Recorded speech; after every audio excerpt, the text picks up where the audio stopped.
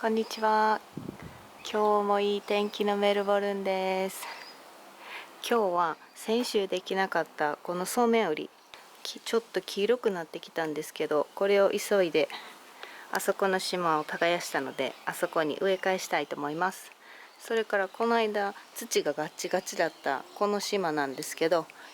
これコンポストを混ぜてちょっと置いといたんで、これをまた耕してまっすぐにフラットにして、ここにはね、今日はトマトとか、生えてきてるやつを移植したいと思います。では今日の家庭菜園スタート。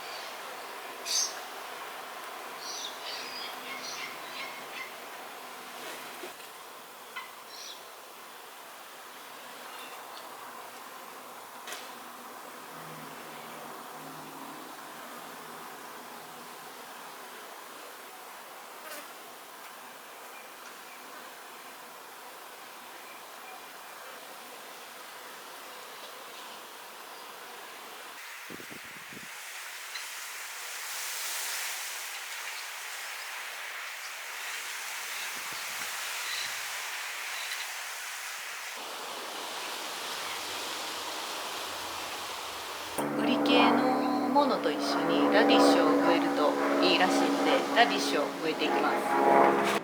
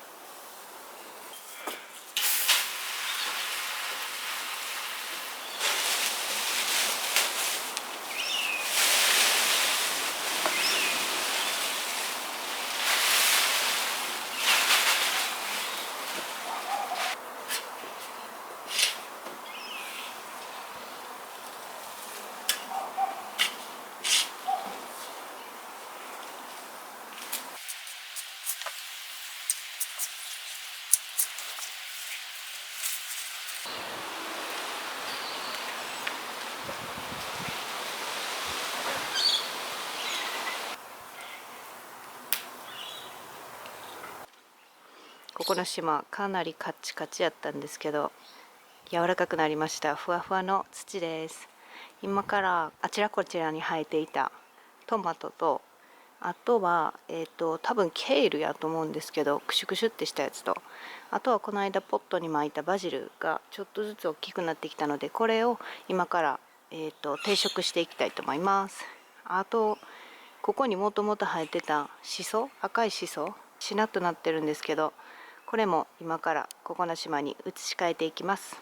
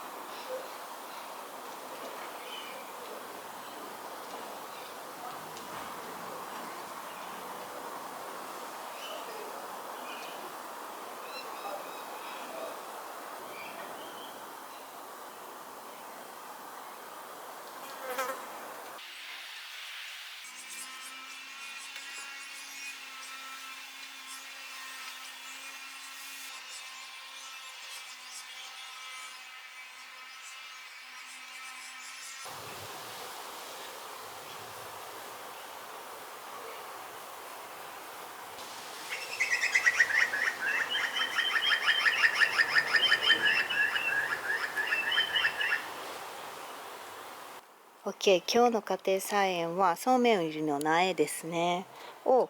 ここの島に植え替えました。あとは、